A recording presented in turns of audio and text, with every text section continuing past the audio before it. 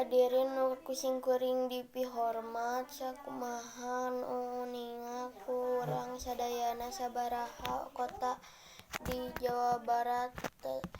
teh tos sering kenging piala adipura ku sabab kebersihan endah sareng asri ku kituna urang sadayana kedah ngajagi kana eta kepercantenan pamarentah ka urang Sunda umumna tapi aya wae nu masih masarakat Sunda anu sok micen runtah ti mana wae